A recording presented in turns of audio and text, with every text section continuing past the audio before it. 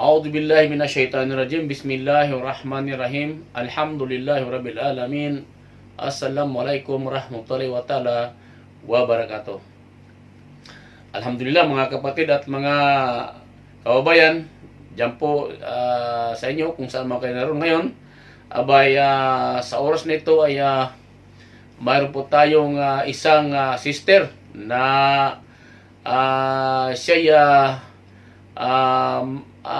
gusto niya na marinig ang aral ng Islam. Ibig sabihin doon, gusto niya makarinig ng o ipaliwanag na gusto niya mayroon magpapaliwanag, ibig sabihin maliwanagan niya kung ano ang Islam. Ang punto dito niya, ang kanyang katanungan ay ano ba ano ang balik Islam? Sino ang sino ang balik Islam? Yun po ito po yung tanong niya. Kaya po sa mga oras na ito ay isang sister po ang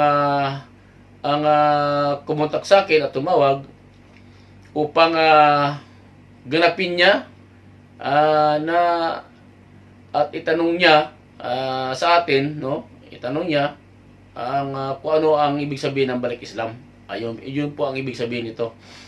Kaya sa mga oras nito po ay maya-maya lang po ay atin siyang makakausap at tatawagan natin.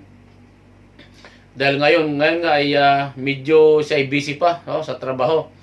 Dahil ay sa mga oras nito ay maaga pa, no? At hindi pa oras ng pagtulog ng mga katari. Kaya mga kapatid at mga kababayan, no? Kung sino mo po diyan, kung sino po diyan sa inyong lugar na gustong alamin o yakapin ang pananampalatayang Islam, ay handa po tayo na magbigay ng mensahe para po sa kanya, para po sa kanyang kaliwanagan.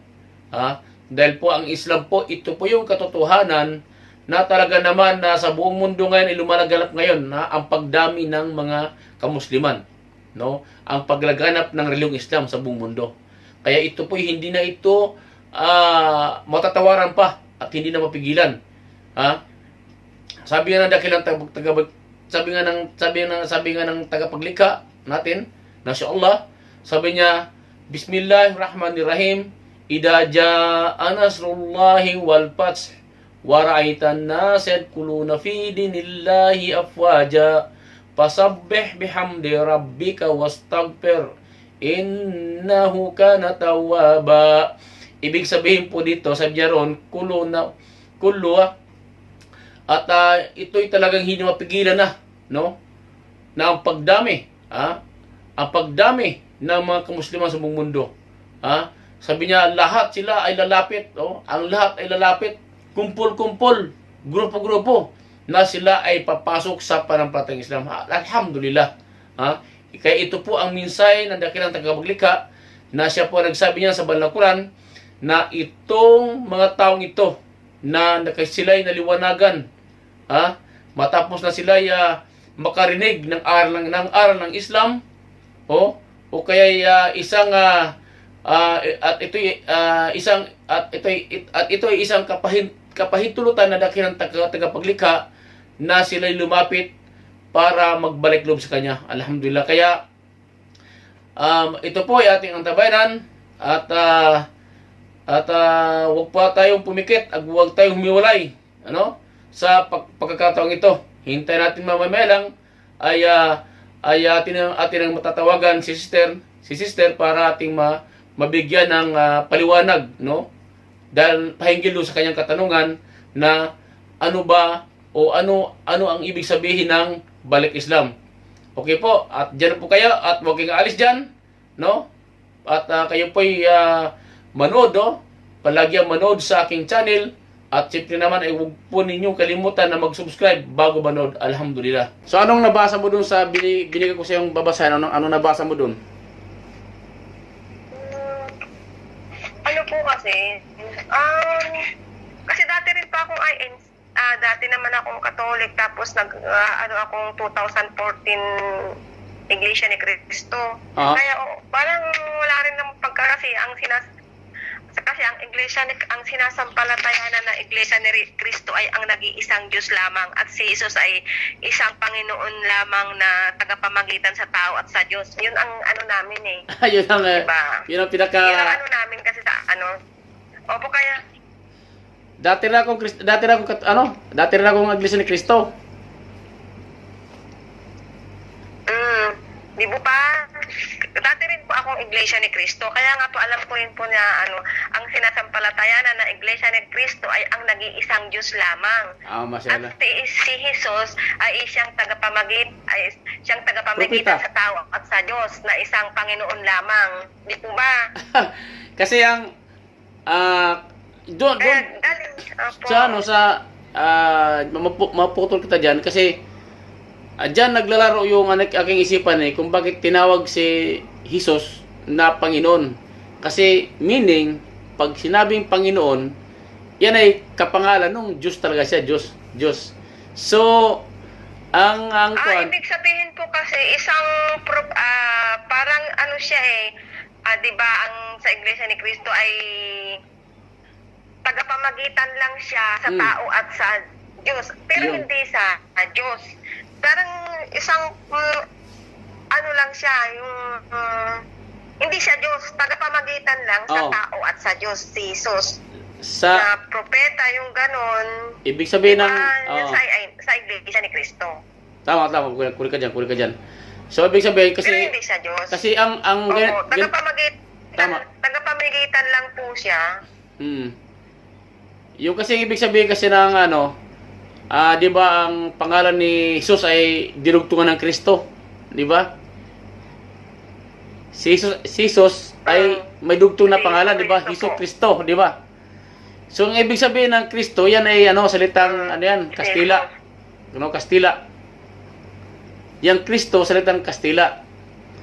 Actually ang pangalan ni Kristo talaga, Jesus, o sa Arabic, Isa alayhis salam. Ngayon, yung Kristo na yung tinatawag kay Kristo, ang ibig sabihin sa Tagalog ng Kristo, tagapamagitan. Meaning, si Kristo, ibig sabihin, si Hesus Kristo ay tagapamagitan.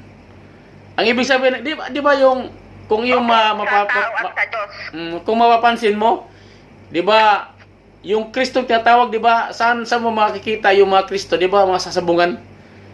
Yung Kristo diyan sa sabungan na tinatawag, sila yung pagitan, tagapamagitan na nagpupustahan.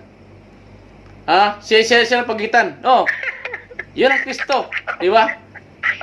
Opo. Yung Kristo na yan, di ba? Pusta, di ba? Logis, di ba? Dati ng Kristiyano Logis, pusya ngayon. Magkakasapira, siya na magitan doon sa nagpupustahan. Ang tawag sa kaya Kristo. Yan ay salitang Kastila. Opo. Kuha mo. So, ibig sabihin, si Jesus ay tagapamagitan. Tama ka doon. Tagapamagitan. Sa tao at sa Diyos. Kasi sa INC nga rin po ako galing. Tama. Dati rin katoliko na. Kaya bawal din sa amin ng dinuguan. Di kami kumakain ng dinuguan. Kasi yung laman, hindi binabawal. Ganyan. Yun lang. So, sis, yung ano ang iyong ang iba pang katanungan patungkol sa pananampalatayang Islam? Yung mga katanungan mo na medyo naguguluhan ka pa. Gusto mo ba na i-share ko muna ang Islam sa'yo bago ka magtanong? Sige po. Sige. A'udzu billahi minasyaitonir rajim. Bismillahirrahmanirrahim. Alhamdulillahirabbil alamin. Assalamualaikum warahmatullahi wabarakatuh. So ganito 'yun, Ako ay dati rin Kristiyano, 'di ba? Alam mo siguro 'yan na ako ay nag-embrace ng Islam doon sa Saudi Arabia. Opo. Taong 2008, no? Nung ako ay nag-edad ng 8 buwan sa Saudi Arabia, at mayroong isang Pilipino rin na nag-share sa akin ng about Islam, no, aral ng Islam. At doon nung ako ay sa kunting panahon lang, ilang oras lang ay ako yumakap sa pananampalatayang Islam. At doon yun ay hindi yung aking pagpasok sa Islam, no? Ibig sabihin yung aking pagbumuslim ay para bang yung ako ay nagkukunwari lamang. Hindi katotohanan. Yung aking pag-Muslim nung una, noong 2008, ako nagkukunwari lamang ako na ako'y Muslim. Kasi ang purpose ko doon, para yung mga Arabo ay yung ibig sabihin mahal maging kaisa nila ako sa Arabo. Yun ang aking purpose. So hindi nga ako nabigo. Yun nga ang aking intention ay natupad ngayon. Kaya nung bandang huli, abay talagang tinanggap nila ako bilang isang kapatid na Muslim.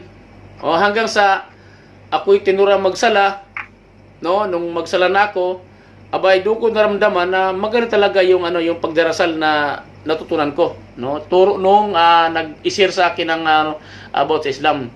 Hanggang sa kinabukasan, ako pumunta sa aking manager na nagtanong ako na kung mayroon bang pag-aaral sa Islam.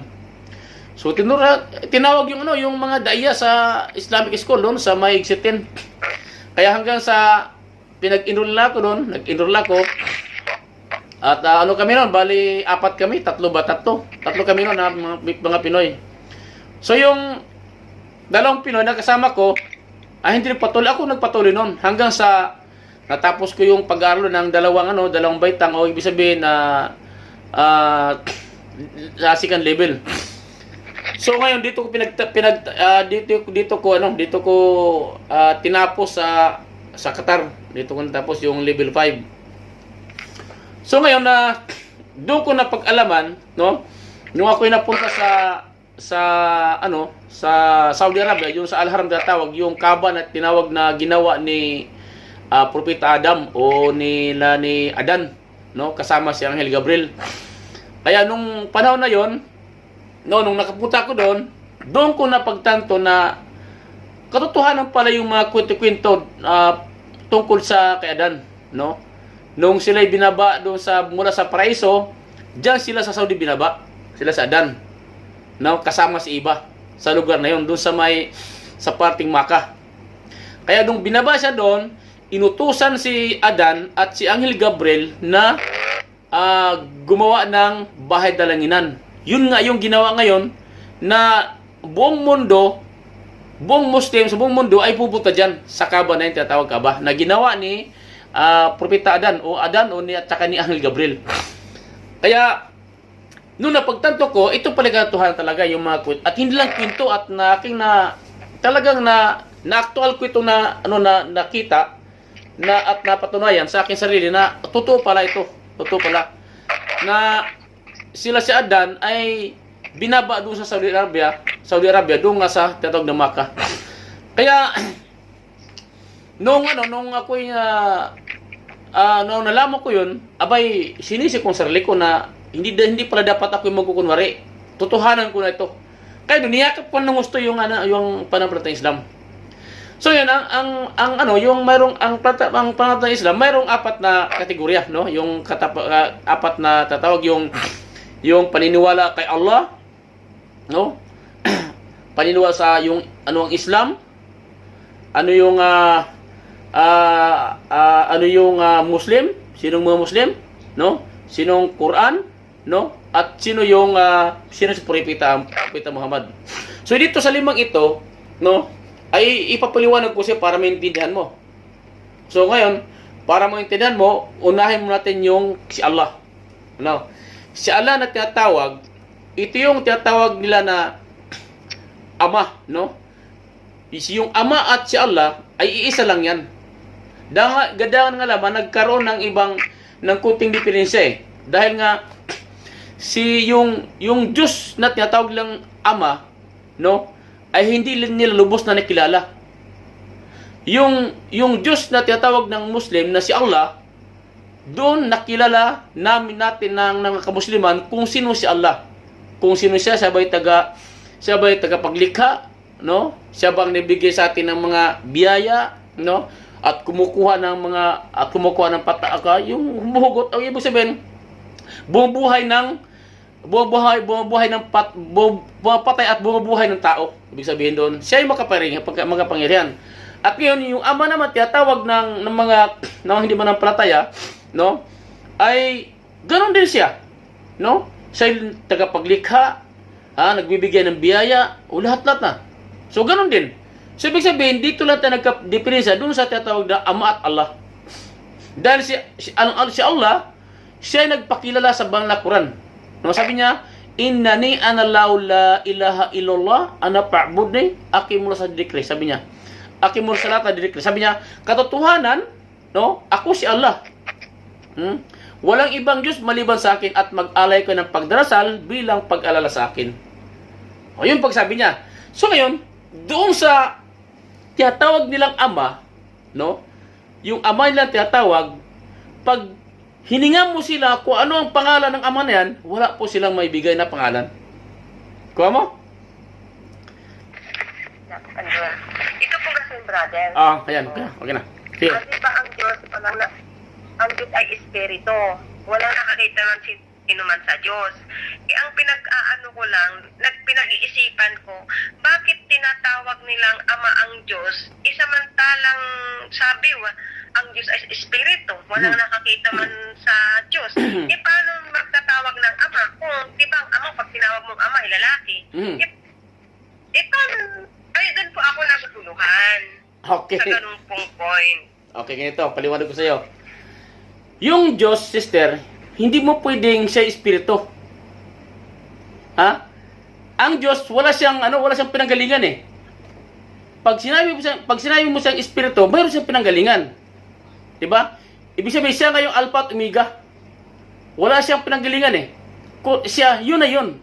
Pag sinabi mong espiritu, ibig sabihin, kauri natin sila. Kasi ikaw, sister, mayroon ka espiritu.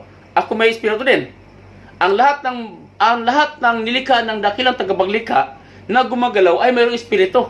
Kasi hindi gagalaw yung nilikha niya pag walang espiritu. Kasi yung nagpapagalaw sa atin, espiritu lang. Pag tinanggal ang espiritu sa atin, patay tayo. Ngayon, pag sinabi mo ang Diyos ay espiritu, nilikha din siya. Ang Diyos hindi po siya espiritu, no? Yung sinabi mong Ama, no? Ang sinabi mong Ama, tama 'yon. Bakit tatawaging Ama?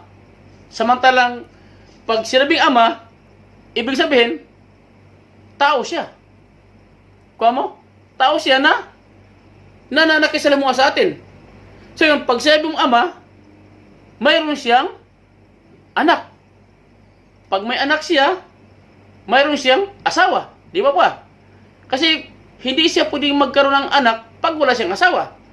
Kasi nga kung ang babae at ang isang lalaki mag-asawa, habang wala siyang anak, hindi sila matatawag na ama at ina. Kuha mo? Ngayon, pagka nagkaanak na sila, saka pa sila matatawag na ama. Kaya ang Diyos po, hindi natin matatawag siya na espiritu. Kasi ang tinatawag na yung espiritu, kaluluwa, di ba? Espiritu. Pag ang Diyos espiritu, meaning, siya isang nilikha din.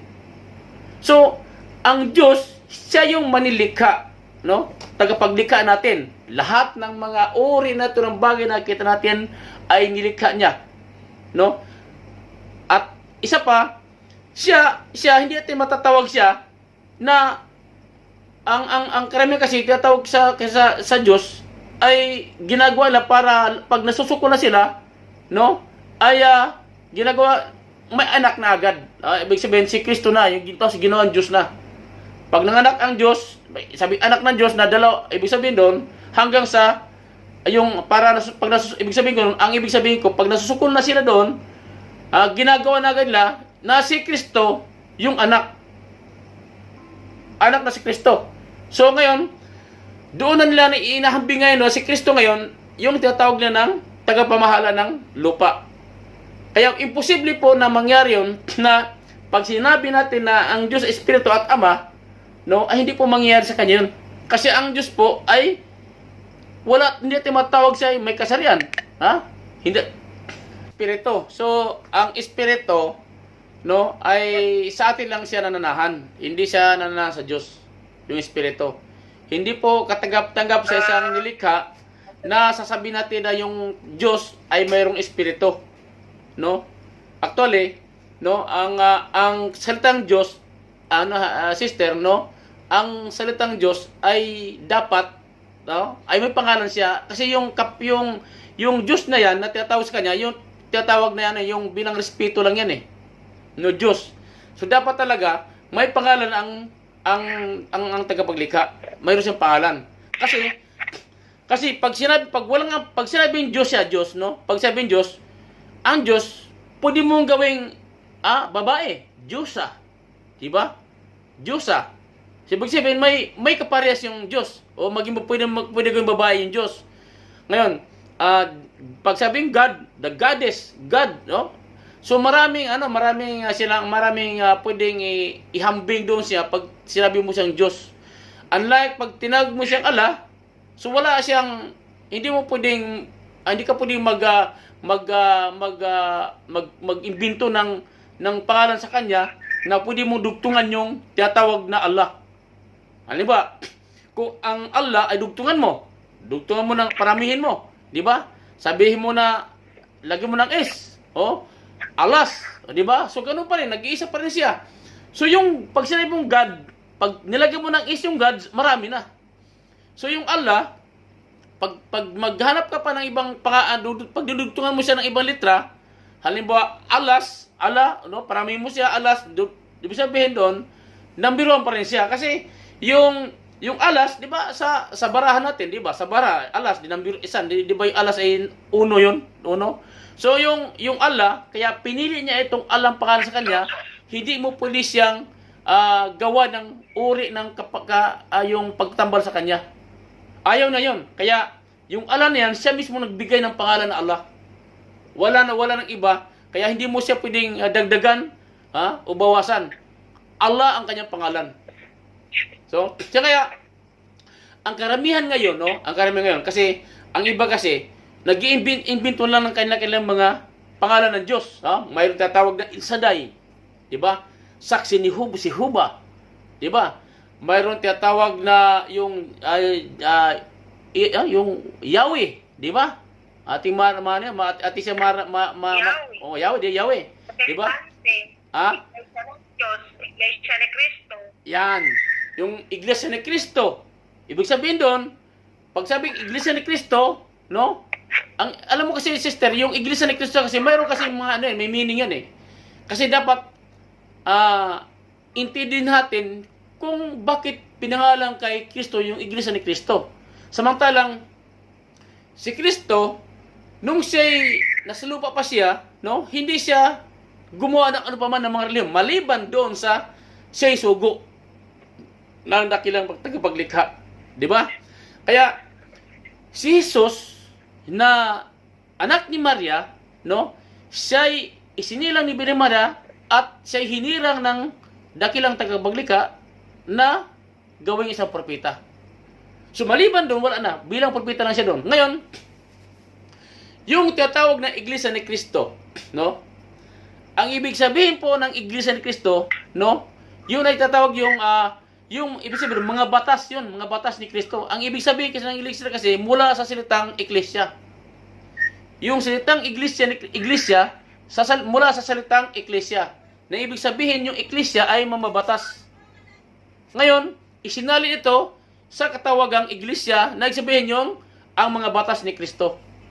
Kaya doon yung sinabi ni Pedro doon sa Mateo 16:18 na sinabi ro na, "O Pedro, sa ibabaw ng batong ito ay aking itatayo ang aking iglesia." Meaning, ibig sabihin doon sa Tagalog, sabi kay Pedro, "O Pedro, sa ibabaw ng batong ito ay aking itatayo ang aking mga batas." Sa batong yun. Kaya, kung tayo, sister, kung doon sa grupo na ating pinasukan, kung tayo tango ng tango lamang at hindi tayo magtanong, wala mangyayari sa atin. Kaya dapat, binigyan tayo ng sapat, ng pangatawan ng dakilang tagapaglikha, wastong pag-iisip, di ba? Mayroon tayong babunganga at mata, ito, tainga. Gamitin natin ito para pagsaliksik ng katotohanan. Mayroon kang isip, gamitin natin. Di mayroon kang bunganga, may nakakita ka, gamitin na ito. Kung paano natin masisilayan yung katotohanan na panampalataya. So, ganito yon, no? Ang Allah, na siya mismo nagpakilala sa atin, na siya ay sa Allah, na tagapaglikha. Ngayon, ang sabi niya sa atin, al-yawma akbartu lakum dinakum wa mamtu alaikum ni'mati wa raditu islamidan. Sabi niya, katotohanan, nilikom ko na, nilingap ko, kinumplito ko, Islam po ang ating inyong reliyon. Islam ang ating reliyon. Sabi niya, siya mismo ang nagsabi sa banal na Quran na Islam ang ating reliyon. So bakit niya sinabi na inyong reliyon? Pwede niya sabihin niya, Islam ang reliyon ng mga kamusliman. Hindi niya sinabi. So bakit? Dahil ang sabi niya doon, ating reliyon, sakop ang lahat, ang buong kalawakan, ang buong universe at kalupaan, at ang kailaliman ng dagat at ang kailaliman ng kalupaan. Sakop ito ng Islam kung atin lang itong pag-aralang gusto. Kaya sabing inyo, sakop ang lahat ng mga tao, sino ka man, panda ka man, matbalay ka man, sakop lahat ito. Yung lahat ng mga nilalang na dakilang tagapaglikha, siya'y matatawag na Muslim. Kaya sabi niya, ang Islam, ito'y mula sa salitang ugat na salam. Nang ibig sabihin ng salam, kapayapaan. Di ba? Alam mo yan. Di ba ang salam? Di ba? Di ba? Pagkano, assalamualaikum. Di ba? Na ibig sabihin, ang Islam ay kapayapaan, meaning, doon kinuha na ang Islam sa salitang salam. Ugat mula sa salitang salam. Na ang Islam ay mayroong tatlong pautos na kahulugan. Ito'y tinatawag na pagsuko, pagtalima, at pagsunod. Pagsunod, pagtalima. Ito yung tatlong uri na kautusan na pagtalima para sa gustuhan ng dakilang tagapaglikha. Kaya ang tao, no, pag sinabi ng Diyos na kumpleto na, wala na tayong itong itanong pa. Kasi kinumpleto niya, wala na tayong ibig sabihin na wala tayong pangailangan na, andun na lahat. Kinumpleto na. Ang Islam ay hindi ito kagaya ng ibang mga reliyon na ang kanilang mga reliyon ay tinawag doon sa kanilang mga sikat na mga pilantropo, mga sikat na tao, katulad halimbawa, si Buddha. Sino si Buddha Gautama? Si Buddha Gautama ay isang pilantropo noong panahon, no? Siya namimigay, no? Matulungin. So hanggang sa ito si Buddha Gautama ay umakyat sa bundok, no? Sa loob ng 40 days, si Buddha Gautama ay hindi nakabalik. Ngayon, pinagkaisahan ng kailang tagasunod na si Buddha Gautama ay patay na yon. Kasi 40 days siyang hindi na nakauwi, hindi nakabalik sa kanilang lugar, di ba? So ibig sabihin doon, nung hindi nakabalik si Buddha Gautama sa loob ng 40 days, dineclare nila na si Buddha Gautama ay patay na. Kaya hindi naglaon, si Buddha Gautama ay pinagawa ng isang estatwa sa lugar nila. At yung estatwa na yon bilang isang paalala lamang sa mga tao na ito si Buddha Gautama ay isang matulungin. Pero hindi nangyari yon, no? Ang ginawa ng mga tao ay sinamba nila si Buddha Gautama hanggang mayroon ng relihiyon na Buddhism. Diyan nagmula ang Buddhism, no? Mayroon pa tinatawag na Hinduism. Ang Hinduism naman muna sa India, doon sa malawak na ilog, sa Indus Valley. Doon naman kinuha yung salitang Hindu. Sa katubigan, Hindu. Ito namang mga Hudyo, no? Hudyo, yung Kristiyano, no? Ang Kristiyano naman ay doon kinuha sa pangalan ni Kristo.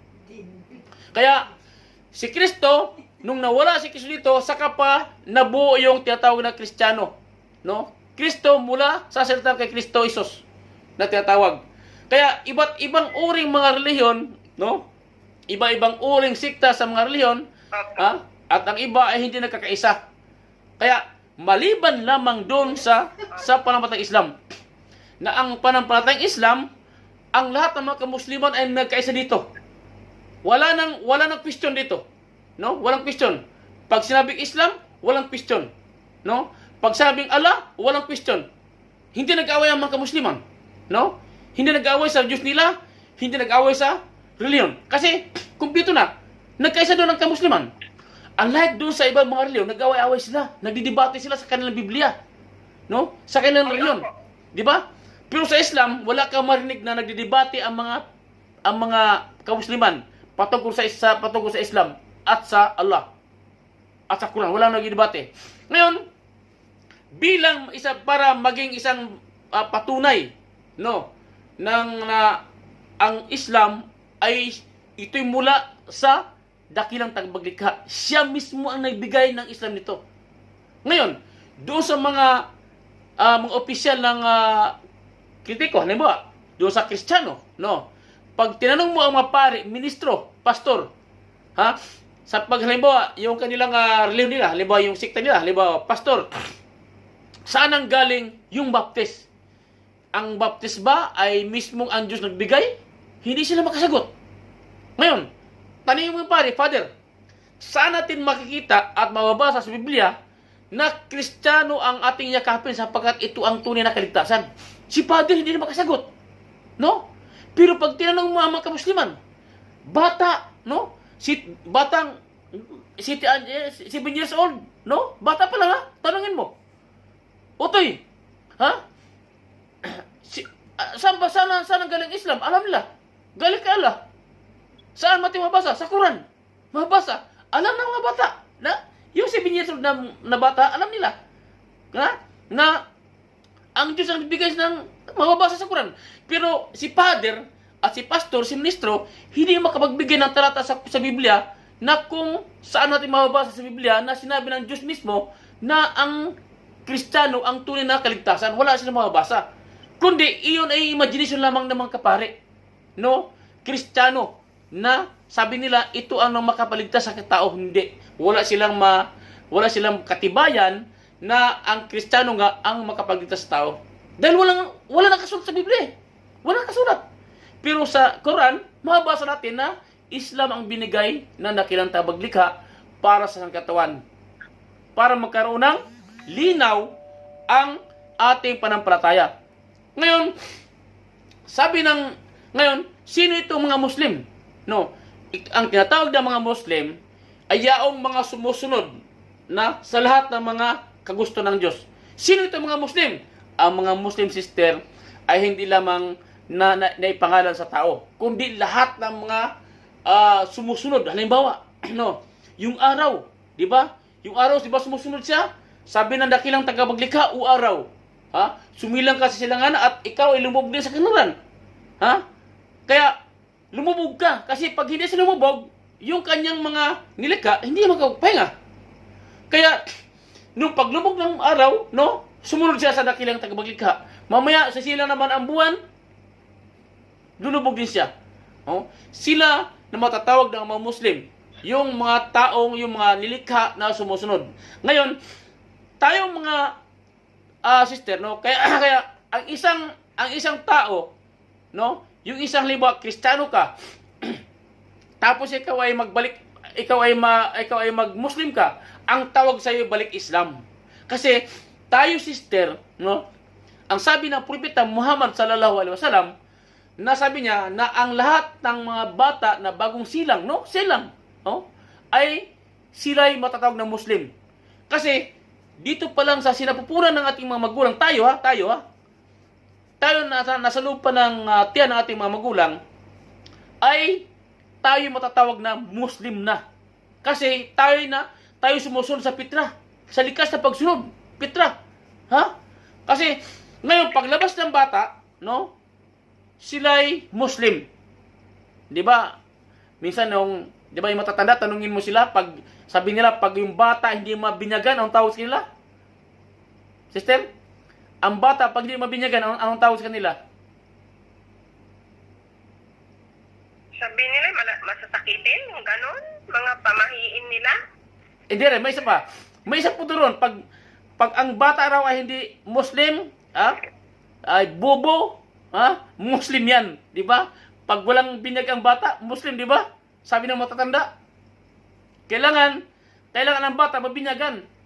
Kasi pag hindi mabinyagan, Muslim yan at bobo. Yun ang naitatak sa atin.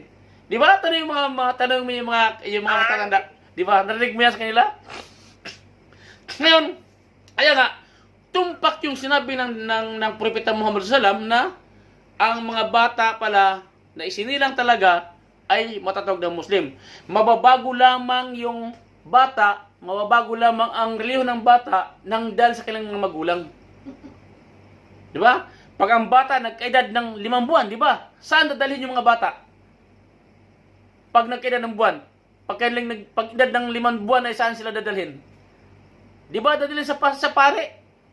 Dadalhin sa kay pastor. Dadalhin sa ministro o ano pa mga sakop sila ng mga panampalataya. Dadalhin na doon para anong gawin? Bibinyagan.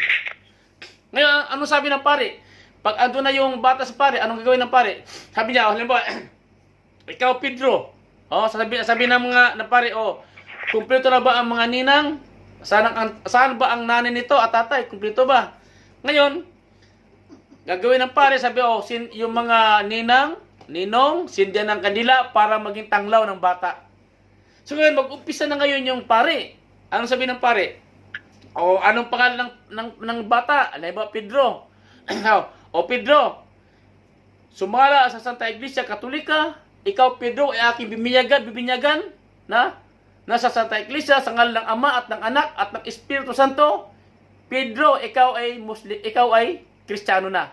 So, ibig sabihin, yung bata, nung hindi pa siya nabinyagan, Muslim siya. Totoo yung sinabi ng propeta na pag ang bata, nung ay isinilang ng kanyang magulang, siya ay matatawag na Muslim.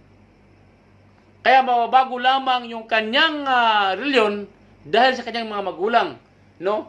Kasi dadalhin sila doon sa isang kailang mga ministro at pastor para baguhin yung kanyang reliyon.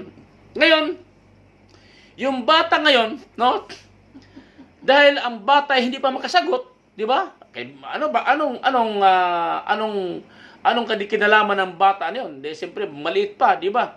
Pag doon na sa pare, no, pag ang bata ay tinanong, sinong sasagot? Yung magulang sasagot kasi bata pa hindi makasagot eh. Kaya ang ginawa ng pare, no, ang magulang ang sasagot. Biro mo? Kaya ano pa ang dahilan? Bakit sa ganitong pamaraan kailangan ang bata ay malit palang binyagan? Kasi ito yung turo ng mga Kastila noong panahon na dapat yung mga bata ay binyagan agad. Dahil pag malaki na sila, ay sila tatanggi. No? Tatanggi sila. Di ba? Kaya ang bata, kailangang binyagan agad para hindi sila makatanggi. Sunod-sunuran ang bata ng panahon. Hanggang sa paglaki mo, at namulatan mo na ang iyong panampalataya na Kristiyano, sunod-sunuran ka na sa iyong mga magulang.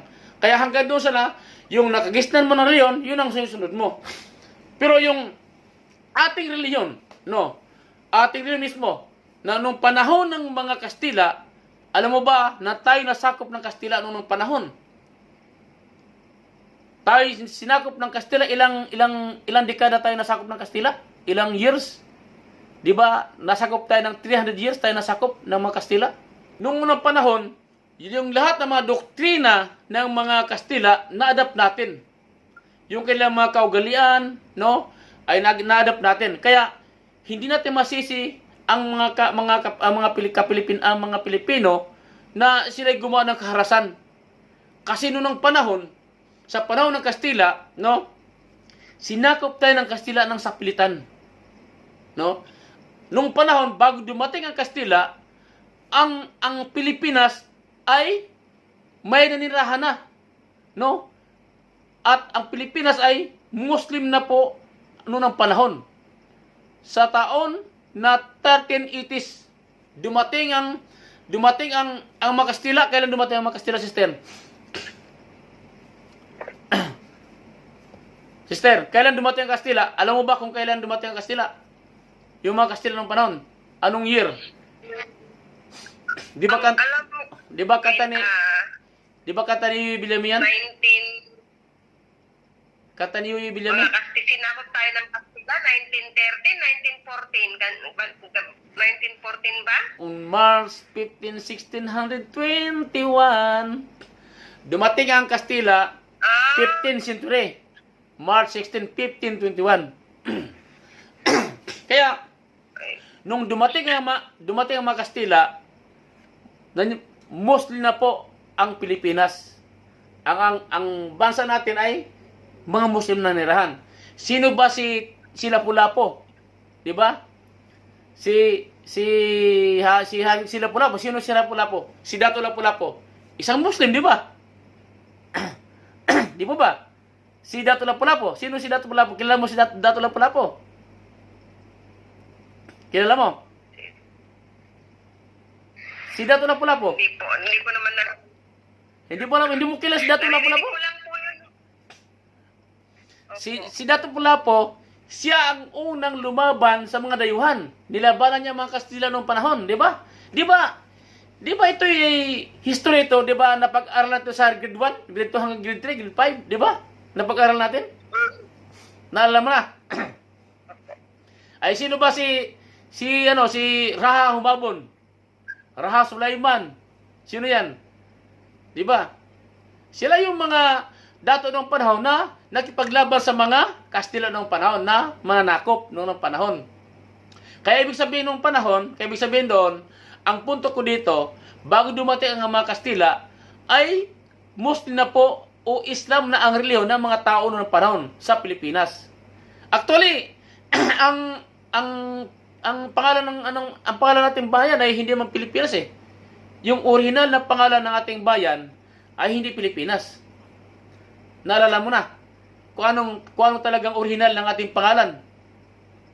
At hindi Pilipinas ang pangalan niyan. Luzon, Visayas, Mindanao, ganun po ba? O anong pangalan anong pangalan dati ng original na Pilipinas dati? Anong pangalan niya? Anong bansa? Ang pangalan ng Pilipinas. Kasi itong Pilipinas ay inunor lamang doon kay King Philip, di ba? Kay King Philip na isang hari nung panahon ng mga Kastila. Dahil nung masakop nila ang Pilipinas, doon na agad pinangalan kay King Philip.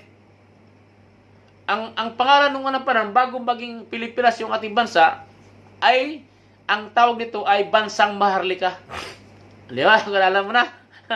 Ang Pilipinas dati, ang tawag dito ay Bansang Maharlika. Hindi siya basta hindi siya Pilipinas, no? Hindi siya Pilipinas. Kaya ibig sabihin doon, kaya ang isang Kristiyano o Buddhism, Hinduism, o Hudyo, pag siya ay nag-Muslim, ang tawag siya balik Islam.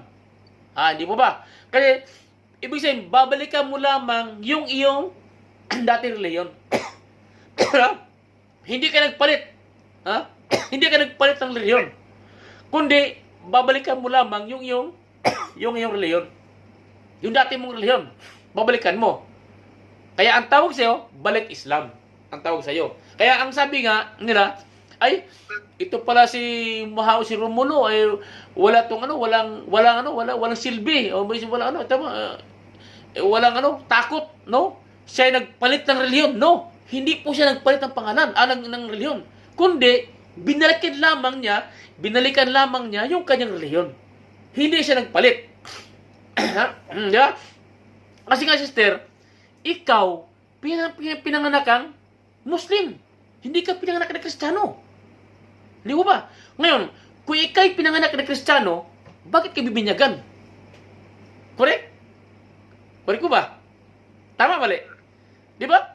Kung ikaw'y pinanganak na Kristiyano, pag hindi mo ko nasundan, tanungin mo ako baka hindi mo ko nasusundan eh. Pag ikaw ay pinanganak ng Kristiyano, bakit pa ang bata ay bibinyagan? Kung siya ay pinanganak ng Kristiyano. Kuha mo? Di ba? Ngayon. Opo. Kaya, Opo. sa Islam po, sister, katotohanan ito at katotohanan. Sa Islam, sa reliyong Islam, sa aral ng Islam, pag pinanganak ang bata, hindi na siya bibinyagan. Wala binyag. Kasi bakit? Muslim na siya eh. Islam na ang kanyang reliyon. Kaya hindi na siya bibinyagan. So ngayon, di ba? Naintindihan ko. Di ba? Walang binyag sa Islam. Kasi, yun na yun. Islam niya ang kanyang reliyon at Muslim siya. No? Kaya mapapansin mo, di ba? Pag isa kang sikta na, di ba? Iglesia ni Cristo. Di ba? Ang bata ay handog, di ba? Handog. Bautismo. Bautismo, di ba? Handog. sa mga ano naman sa born again naman, ilubog sa tubig, di ba? Binyag. Di ba? So ang tanong doon, bakit kung sila'y pinanganak na born again, Iglesia ni Cristo, o ano pa man dyan, so bakit pagbibinyagan? Di ba? Ito kasi, para kasi ang bata hindi na matawag na Muslim. Babaguhin nila ang katawagang Muslim. Ihiwalay nila doon sa tunay na katuruan ng dakilang tagapaglikha. Dahil tayo, inulit ko, tayo'y pinanganak ng Muslim at hindi tayo pinanganak na kung ano pa man. Hindi tayo pinanganak na Kristiyano, Buddhism, Iglesia ni Cristo, Hinduism, hindi. Tayo'y pinanganak ng Muslim. Kaya tumpak yung sinabi ng Propeta Muhammad sallallahu alaihi wasallam na tayo ay mula pa lang sa sinapupunan natin mga magulang, tayo'y Muslim na. At doon na isnulat ang kanilang mga tadhana. No? Tadhana. Kaya paglabas ng bata, siya'y 100% na siya'y Muslim. Hindi siya isinilang na Kristiyano, kundi siya'y isinilang na Muslim. Kaya, sino si Propeta Muhammad? Si Propeta Muhammad, ito ang tinatawag na siya yung sagka at siya yung huling at kahuli-hulihan at pinakahuling propeta na itinalaga para sa atin ng dakilang tagapaglikha. Ito si Propeta Muhammad. Si Propeta Muhammad, siya yung propeta ng buong bansa, buong sanlibutan, buong bansa, buong isla. Kaya tinawag siyang propeta ng lahat ng tao dahil siya ng huli. Unlike doon sa mga propeta na hinirang ng dakilang tagapaglikha, sila'y hinirang lamang para sinugo lamang doon sa kanilang mga bansa. No? Kung saan nanggaling yung mga propeta na yun, like example, si Moises, di ba? Si Moises ay saan siya sinugo? Doon siya sinugo sa mga Israelita, doon sa mga Hudyo noong panahon. At si propeta Jonas naman, ay doon siya pinadala sa bansang Ninive, doon sa kanyang sa kanyang bayan. So ibig sabihin doon, ang lahat ng mga propeta na hinirang ng Diyos ay doon sila hinirang sa kanilang lugar. Pero ito si Propeta Muhammad sallallahu alaihi wasallam, siya'y hinirang para sa atin sa buong bansa. Siya ang propeta ng buong bansa. Bakit?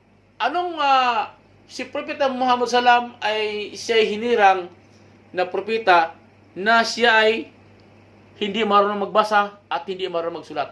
Bakit pinili ng Diyos ito? Bakit pinili siya? Ba't kailangan pa na bumili ang Diyos ng hindi marunong magbasa at hindi marunong magsulat? Dahil alam ng dakilang tagapaglikha na dating ang panahon na maraming magtatanong at maraming haka-haka. Kasi halimbawa kung pinili ng Diyos, no, na si propeta ay matalino, malaking pinag-aralan, no? Ngayon, ang ibabato nila ngayon, na si Propeta Muhammad, siya ang may akda ng Quran. 'Di ba?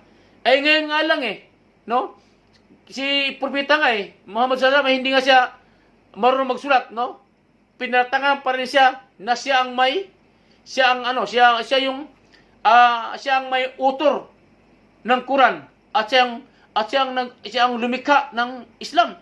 Siya ang gumawa ng reliyon nito. Biro mo? Ano pa kaya't kung halimbawa kung si Propeta Muhammad sallallahu alaihi wasallam ay matalino? Kung marunong magbasa, kung siya ay marunong magbasa at sumulat, baka yung talaga ang mangyari ngayon sa kanya, no? Kaya wala pong masabi ang mga tao ngayon. Yung mga balita niyan, yung kailang mga kahaka, hanggang nun lamang natutulukan agad. Dahil naisip nila, paano nga naman si Propeta Muhammad na makagawa ng reliyon? Na si Muhammad ay hindi marunong magsulat at bumasa. Paano siya makagawa ng ganon? Kaya doon, sa haka-haka nila, natutulukan agad. Hindi na ito lumaganap. Dahil alam naman nila na si propeta ay hindi marunong magbasa at magsulat. Kaya doon kaya ang Diyos talaga magaling. No? Ang Allah ay magaling dahil alam niya na mangyari sa kanyang propeta sa sa panahon na darating. Kaya yung Quran, itong panglima, yung Quran ngayon, no? Ang Quran ito talaga ay matatawag na purong-purong salita ng dakilang tagapaglikha. Sabi niya sa banal na Quran, sabi niya, Alif Bismillahirrahmanirrahim, Alif Lam Mim, Dalikal Kitabu la raiba fi hudal lil muttaqin. Katotohanan, ang aklat na ito ay isang gabay sa mga taong naghahanap ng liwanag. Katotohanan, na ang Quran ay siya yung gabay natin na sa mga taong naghahanap ng kaliwanagan. Ang Quran. Kaya sabi niya, sabi ng dakilang tagapaglikha na ang Quran ito ay mapanaligan ng mga tao, na ang Quran ay ito'y mula at 100% na ito'y salita ng Diyos. At ang Quran, sister, no? At ang Quran, ito nasa sa ulo ng mga kamusliman. Milyong Muslim ang nakasaulo nito sa buong mundo. Mula bata, 7 years old hanggang pataas, nasaulo nito ang buong Quran, cover to cover, page to page, nasaulo nito. Litra po litra, nakasaulo ng mga kamusliman. Kaya, ang ibig sabihin doon, ang sabi ng dakilang tagapaglikha, sabi niya, at ang Quran na ito ay aking aalagaan para hindi mawala at hindi matulad sa mga naunang mga kasulatan na sinira ng kanilang mga tagasunod. Kaya ang Quran, no, ni kailanman po ay hindi ito masira. Dahil bakit? Nasa ulo ito ng mga kamusliman. Nasa ulo. Kaya kung ang lahat ng libro ay sunugin, ipunin at sunugin, ang Quran ay maibabalik sa kanyang pagka-original. Pero yung mga libro na sinasabi nila mga banal, pag sinunog ito ay hindi ito mabalik sa original. Mawawala ito. Pero ang Quran, inulit ko, ang Quran ay maibabalik ito sa kanyang pagka-original. Dahil ito nasa ulo ng mga kamusliman sa buong mundo. Milyong Muslim ang nakasaulit ito. Kaya, ang Quran, ito'y matatawag na panglimang revelasyon. Dahil mayroon lang nauna po na 4 dito. No? Ang Quran, ito'y panglimang revelasyon kasi mayroon nang nauna na revelasyon. Una, no? Ito'y tinatawag na suhuf. Ang tinatawag na suhuf o kalatas ni Abraham. Libro ni Abraham ito, kalatas ni Abraham. Na ang pakay nito na hikayating muli na pabalikin yung mga tao na manangligaw na sumamba lamang sa nag-iisang Diyos. Noong panahon. Kasi sa panahon ni Abraham, ang mga tao ng panahon naligaw na. Sumamba na sa mga Diyos-Diyosan. Kaya yung pangalawa ay tinatawag na sabor o salmo ni David o mga awit ni David. Itong sabor nito ay ipinahayag kay David. Haring David, di ba? Kilala mo si David. Sister, kilala mo si David. Yan. Si David ay propeta. Di ba po Siya ay pinahayagan ng binigyan ng libro ang tinatawag ay sabor o awit ni David. Kaya ang purpose naman ng libro ito para yung mga taong nangaligaw mula kay Abraham ay hikayating muli na magbalik loob sa dakilang tagapaglikha na sumamba lamang sa kanya ng tunay. Kaya nung nawala si David, no, sinira ng mga tao, sinira ng mga tagasunod ni David yung kanyang awit o sabor niya, yung libro niya sinira ng mga tao. Kaya muling humirang ang Diyos ng isa pang propeta na tinatawag ni si Moises. Si Moises ay mayroong tangan na libro na ang pangalan ay Torah, na ang tawag dito ay 10 kautusan ng Diyos. Alam mo ba yung 10 Commandments? Kilala mo? Yeah, opo. Ngayon, yung 10 Commandments na yan ang libro ni propeta. Sino propeta? Propeta Musa, katawag, no? Yan ang tangan niya. Si propeta Moises, di ba? Ang Torah niya o ang 10 Commandments na yan ay tangan ni Propeta Moises. Ang libro na yan. Kaya, ganoon din. Kung ano man yung katuruan ng panahon doon sa una-una, hanggang kay David, hanggang kay Moises, yun din ang katuruan na yun. Na hikating muli yung mga tao na sumamba uli sa dakilang tagapaglikha. Yung pang-apat naman, no? Ito'y tinatawag sa Arabic na Injil. Na sa Tagalog, ang ibig sabihin ng Injil ay yung ang mabuting balita ni Kristo. So, ibig sabihin pala, si Kristo ay mayroon pang librong tangan. Pinihagan pala si Kristo ng kanyang Diyos o kanyang dakilang tagapaglikha ng pangalan ay Injil o ang pangalan nito ay ang mabuting balita ni Kristo. Yung pangalan nito. O the Gospel. Alam mo yung Gospel? Yun ang libro ni Kristo. So, ang tanong ngayon, yung 4 na libro na yan, no, pinag-isa sa isang libro. Yung kay Abraham, kay David, kay Moises, kay Kristo, pinag-isa doon sa isang libro na ang tawag ay Biblia. Okay mo na? Ngayon, yung kay Kristo na Ebanghelyo, tinawag na New Testament. Tinawag na Bagong Testamento o New Testament. Yung kay David, kay Abraham, kay Moises at kay David, tinawag na Old Testament. So, pinaghalo sila ngayon. Ngayon, ang tanong, sister, kung ikay nagbabasa ng Biblia, mababasa mo ba doon yung testamento ni Kristo? Mababasa mo? Kung ikay nagbabasa ng Biblia, mababasa mo ba ron yung testament ni Kristo? Yung aklat ni Kristo, mababasa mo doon. Yung pa? Yung libro ni Kristo, mababasa mo ba doon sa Biblia? Nababasa mo rin. Ang tanong ko, kung ikay nagbabasa ng Biblia, yung libro ba ni Kristo, nababasa mo sa Biblia? Nababasa mo? Libro? Oo. Wala kasi, ang mababasa mo lang doon, no? Ebanghelyo ni Lucas, Ebanghelyo ni Mateo, di ba? Ebanghelyo ni Juan, Opo. Ebanghelyo ni Pablo. Mhm. So, di ba? Opo. Ngayon, ang tanong doon, saan doon yung Ebanghelyo ni Kristo? Di ba wala? Wala tayong mababasa doon? Wala, di ba? Wala po. So, ang tanong saan yun? Wala. Dapat sana, yun dapat ang ipakita nila, yung Ebanghelyo ni Kristo. Kasi ang nandun lamang sa Biblia, invento na lamang nila yan. Yung New Testament, yung mga Ebanghelyo na nakalagay sa Biblia, invento na lang ng mga Kristyanuhan yan, ng mga pari. Invento na lang.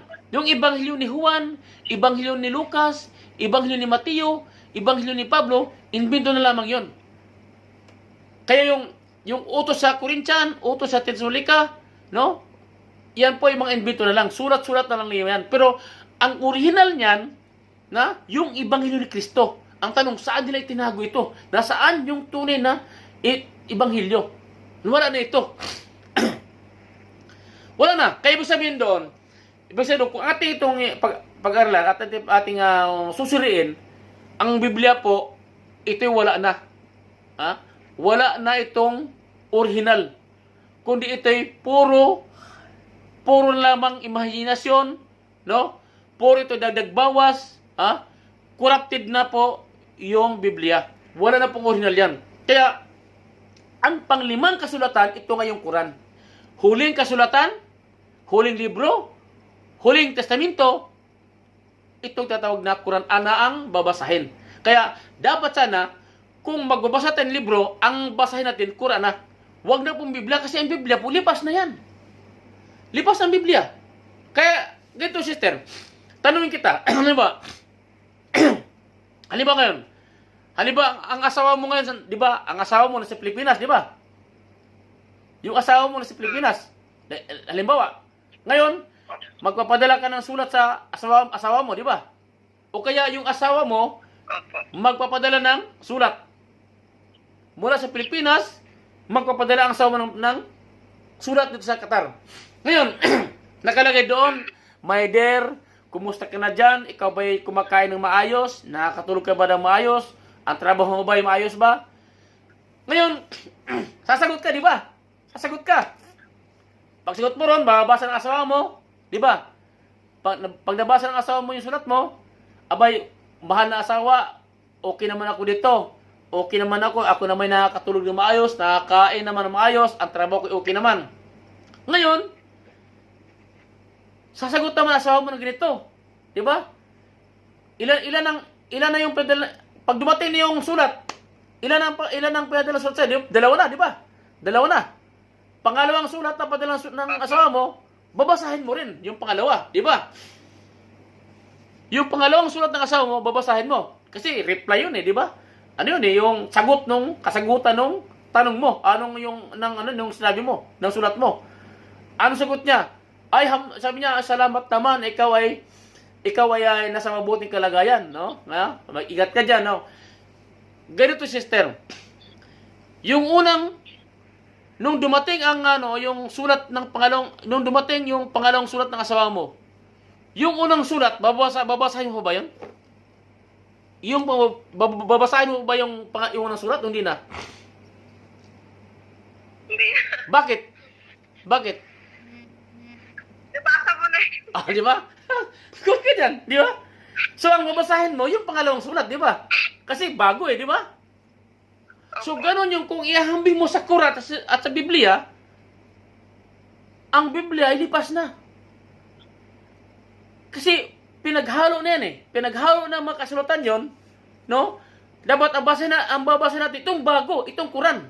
Yung panglima na kasulatan. Kasi, yung Biblia, doon hinalo yung 4 na kasulatan. Yung libro ni Abraham, libro ni Moises, libro ni David, libro ni Moises at ni Jesus. Pinagsama doon. Kaya, yung panglima itong Quran, dapat itong basahin natin. Dahil ito yung bago. Sa Quran, nandito yung mga bagong mga batas na wala sa ibang libro. At dito sa libro, dito natin makikilala yung tunay na kadakilaan ng dakilang tagapaglikha. At sinabi nito niya, sabi dahil sa Biblia, pinaratangan ng mga tao na ang Diyos ay nanganak. Hindi po ba? Ang Diyos ay pinaratangan na nanganak. Di ba? Ngayon, sinagot yan ng Quran. Ang paratang ng mga tao sa Diyos, doon sa Biblia, at sa mga tao, doon sa mga sa labas, ay sinagot ng Quran yan. Sabi ng dakilang tagapaglikha sa kanyang libro, sabi niya, Bismillahirrahmanirrahim, sabi niya, Kul huwalahu ahad, Allahus samad, lam yalid walam yulad, walam yakul lahu kufuwan ahad. Sabi niya, ang papuri at pasalamat ay para lamang sa dakilang tagapaglikha. Sabi ganoon. Sabi niya, Muhammad, sabihin mo, ako'y nag-iisa lamang at walang kapares. Kul huwalahu ahad, ahad isa. Sabi mo, Kul, Muhammad, sabihin mo na ako'y nag-iisa. Nag-iisa na siya. Wala sa kapares. Sabi niya, lam yalid walam yulad. Sabi niya, ako'y hindi pinanganak at nanganak. Maliwanag, sinagot yung paratang ng mga tao sa kanya, yung paratang ng Diyos na ang Diyos ay nanganak, sinagot sa Quran. At ito rin sana ang gustong ipakilala ni Kristo noong ng panahon. Nung si Kristo ay nasa ibaba ng mundo, ito sana ang gusto niyang isabihin sa kanya sa mga tao. Dahil kung babasahin natin doon sa Juan 17:3, sabi ni Kristo, kasi mayroong isang eskriba nagtanong sa kanya noong panahon, sabi niya, Guro, sabi kay Kristo, Guro, paano nga ba makamtan ang buhay na walang hanggan? Tubig. Paano makamtan ang buhay na walang hanggan? Sabi ni Kristo, sabi niya, at ito ang buhay na walang hanggan, na makilala nyo sila. Siya, na tunay at nag-iisang Diyos. Sino ito? ang tinukoy ni Kristo na tunay na Diyos at tag-isa, yung tagapaglikha na si Allah.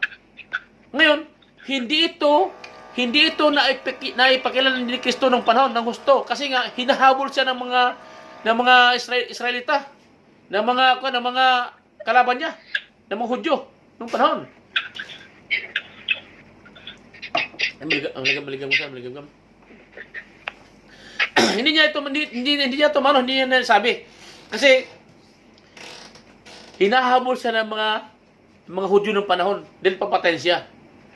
Kaya doon na pinaliwanag sa banal na Quran na ang sabi niya ang sagot ng Diyos, hindi siya pinanganak at hindi siya nanganak. At siya lang nag-iisa na tagapaglikha at hindi siya nangailangan at wala siyang pananggalingan. Ha? Kasi siya na yun eh. Doon niya makilala, doon nakilala ang dakilang tagapaglikha, doon sa sinabi niya. Kaya sabi ko sa kanyo, ang Quran ay dito natin makikilala kung sino talaga ang tunay na Diyos at sino ba talaga ang mga tao at sino mga propeta na dapat natin mahalin. Kaya ang Quran, ito na yung Quran na huling testamento. Ha? Kung mayroong may lumang testamento, bagong testamento, ang Quran ay matatawag na huling testamento. Kaya po, sister, yung kabuuan na yun na papaliwanag ko na ito'y marami tayong pag-usapan dito, no? Na hindi lamang yan at marami tayong pag-usapan. Ngayon, kung mayroon kang makatanungan, maaari ka magtanong ngayon kung ano ba kung ano doon ang hindi mo naintindihan sa aking pagpaliwanag. Ano ang hindi mo naintindihan ano ang hindi mo naintindihan doon? Naintindihan ko naman yun, brother, lahat. Kaya lang, naanuhan nga lang ako sa dami ang daming mga relihiyon, ang daming relihiyon, di alam yung mga tao kung saan sila, di ba yung ang dating daan, Iglesia ng Diyos. Kasi nasa Bible naman yung Iglesia ng Diyos. Tapos, yung Iglesia ni Kristo. Di ba pa? Tapos, maraming mga kaya doon ako na naguluhan sa Ganito. Binanggit sa Biblia na Iglesia ng Diyos. Mababasa ba ron? Nasa Biblia rin yung Iglesia ng Diyos. Sige. Mababasa natin doon na sinabi ng Diyos, ito ang yakapin natin, Iglesia ng Diyos, sapagkat ito ang katotohanan at makapagligtas sa Pilipino. Mababasa ba ron? Mababasa ba natin? Binanggit lang yun. Pero hindi sinabing gano'n na ito ang yakapin natin. Unlike sa Islam, binasa ko na sa iyo kanina, sabi ng dakila sa kanyang banal na Quran, sabi niya, al-yawma akmaltu lakum dinakum wa atmamtu alakum ni'mati wa raditu islamiyya. Sabi niya, katotohanan, katotohanan, akin ang kinumpleto. Nilingap ko nito, sinuri ko. Islam ang inyong relihiyon. Diyos ang nagsabi, Diyos ang nagsabi. Sa naman ang pero ang tanong, yung binanggit mo ng, sabi yung Baptist, Pentecostal, Fourth Watch, Saksi ni Jehovah, Sabadista, JL, Bonagyan, o man dyan, o Iglesia ng Diyos, Methodist, di ba? Tama. Mababasa, ate bang mababasa doon na mismo ba ang Diyos nagsabi na ito ang ating yakapin sapagkat ito ang namakapagligtas sa atin? Wala mababasa. Binanggit lang. Kaya dumami, sister, ang sikta ng Kristiyano nang dahil lamang sa isang salita. Kuha mo? Dahil, halimbawa ako, halimbawa ako, di ba? Halimbawa tayong dalawa. Tayong dalawa matatalino tayong dalawa, di ba? Tayo matalino. Ngayon sabi nga sa atin, mas maganda raw ang negosyo, relihiyon ang negosyo. Dahil bakit? Walang tax. Free taxes, di ba? Kaya ang iba, gumawa ng kanya-kanyang relihiyon, na para yun ang kanilang daan para yumaman sila. Kumalam ng salapi.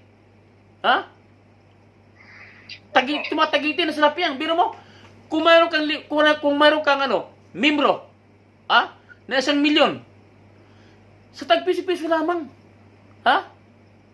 Ilang bis lang nang mangulikta ng pira sa isang linggo. Sabi mo lang 2 bisis, di ba? Buti po kung piso. Ha? Buti brother kung piso-piso lang. Ay, di ba? Hindi naman piso-piso lang. Sa piso lang tayo. Sa piso lang tayo, wag natin sa 1,000, di ba? Wag na. Sa piso lang. Meron kang 2,000,000 na membro. 1,000,000 lang, 1,000,000. O di, 2 bis, halimbawa, sa isang linggo, 2 times ka mangulikta. Di ba?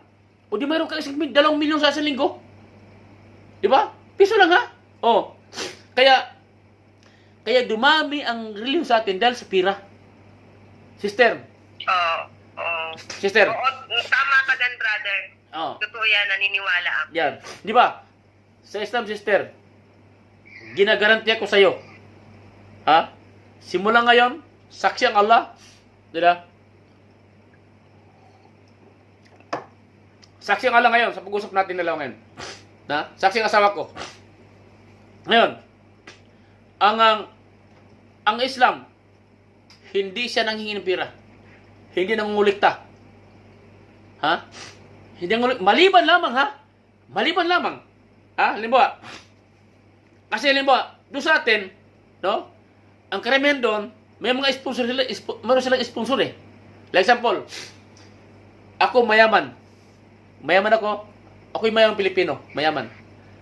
Magpapagawa ko ng masjid. Kasi ang sabi ng Allah subhanahu wa ta'ala sa banal Quran, sabi niya, ang sino mang sa inyo ang magpagawa ng masjid ay papagawa niya ng kaharian sa paraiso. Yun ang kanyang gantimpala. Magpagawa ka ba ng maliit na masjid? Kaharian pa rin, kastilyo pa rin ang gantimpala mo. Ganun ang sa Islam. Kaya sa Islam, mayaman ako, magpagawa ko ng masjid sa Pilipinas. Yung mag-iimam doon, ako na magpapasahod. Papasahuran ko na. Kasi para wala na, para ang mga membro, hindi na mahirapan. Hindi na mangulikta. Di ba? Hindi na magsakripisyo yung mga membro para magbigay ng, di ba? Pira-pira, di ba? Para abulo, magbigay ng abulo, magbigay ng... Yan, di ba?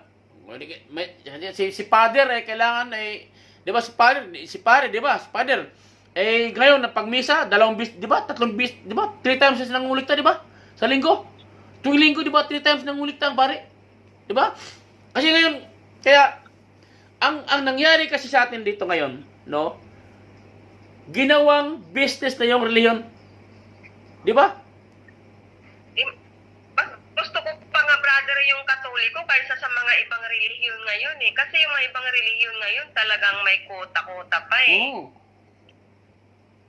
Diba? Tama ka. Mas okay pa yung Katoliko kasi nung Katoliko ka, kung magkano lang ang ibigay mo sa ihulog mo, piso, 5 piso, ganun, okay lang yun. Pwede na. Pero sa mga naglalakihang relihiyon ngayon, hindi pa pwedeng barya lang ang nakakota ka eh. Pero nga iba na nga sister ngayon. Si father, si ministro, saka si pastor, mayroon na. Pagka kunti ang abuli mo, magpaparinig sila eh.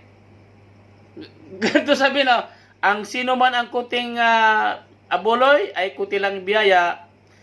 Ang malaking abuloy, ang malaking biyaya. Sister, hindi ako ninira. Dati na ako Christian, sister.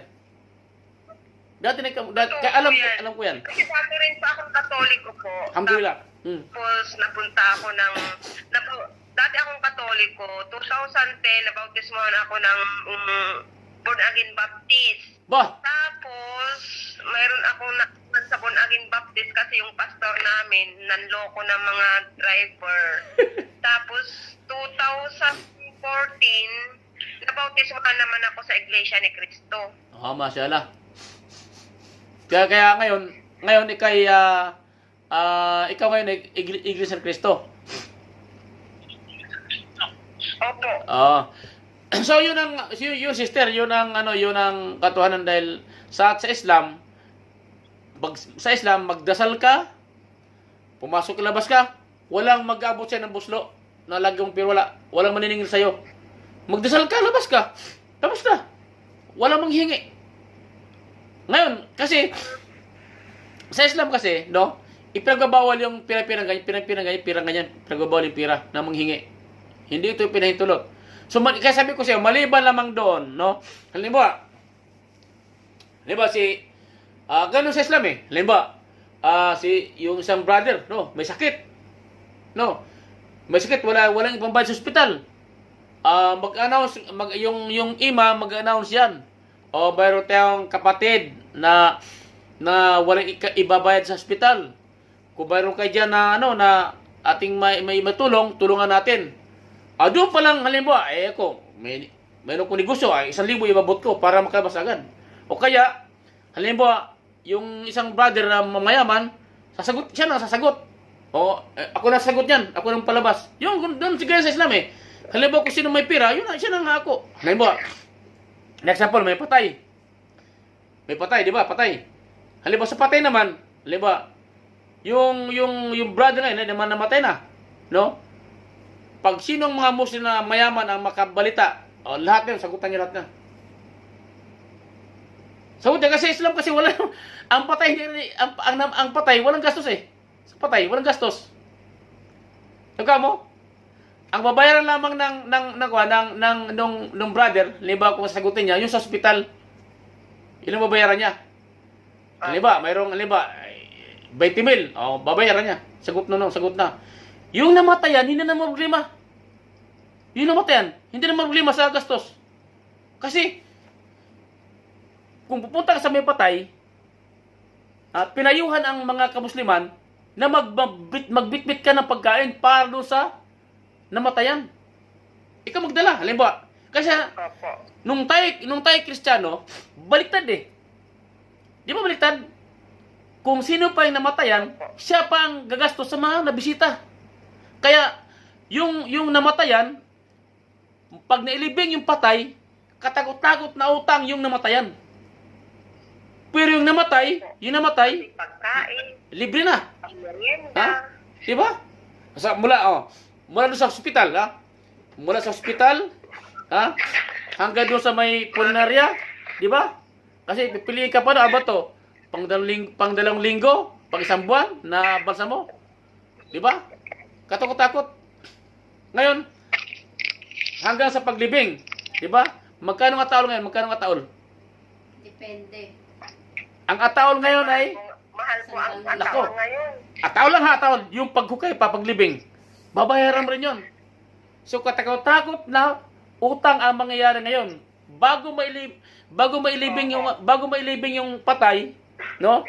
Bago mailibing yung patay, yung naiwan, kawawa kasi magbabayad sa utang. So yun ang masakit masaklap na pangyayari. Pero sa Islam, no? Wala nang sasagutin pa yung namatayan. Dahil bakit? Walang gastos ang manamang isa na namatay. Dahil sinong gagastos?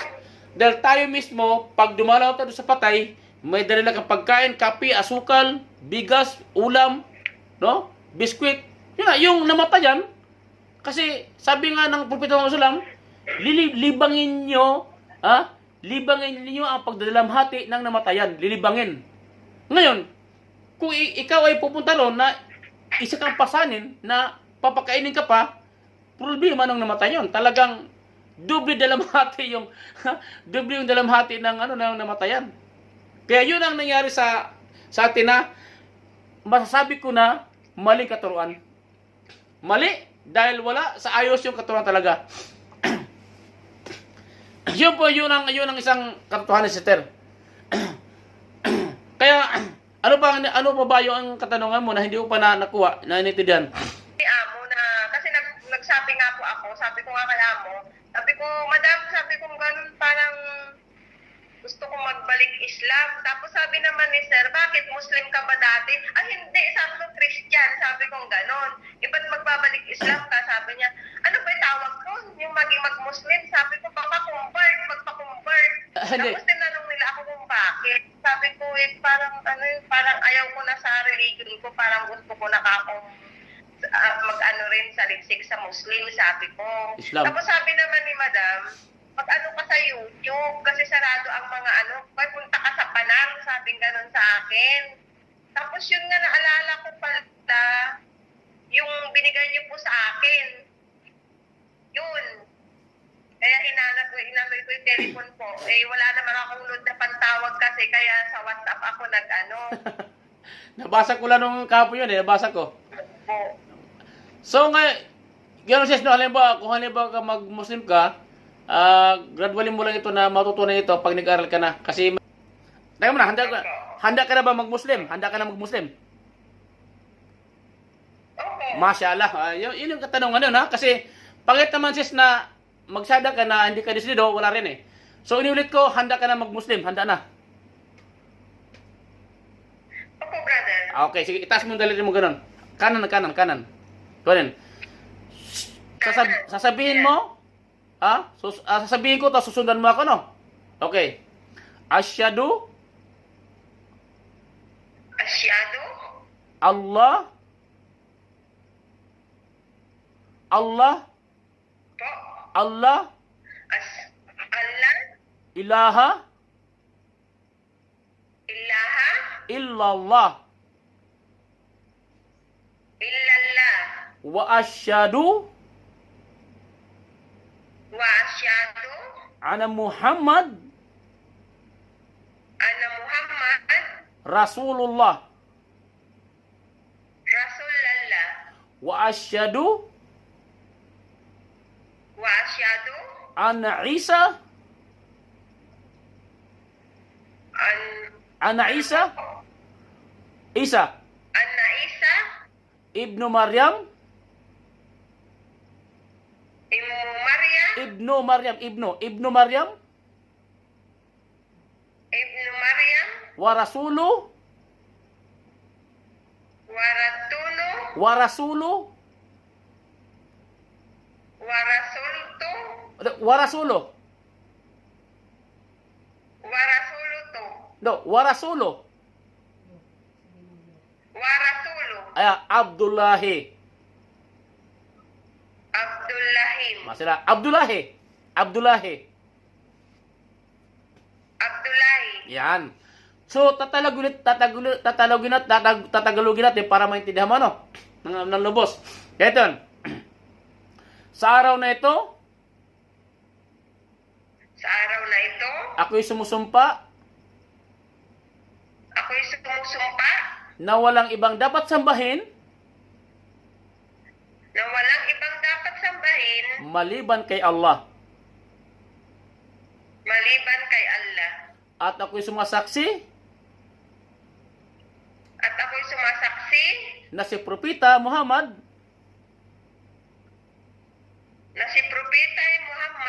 sugo at huling propeta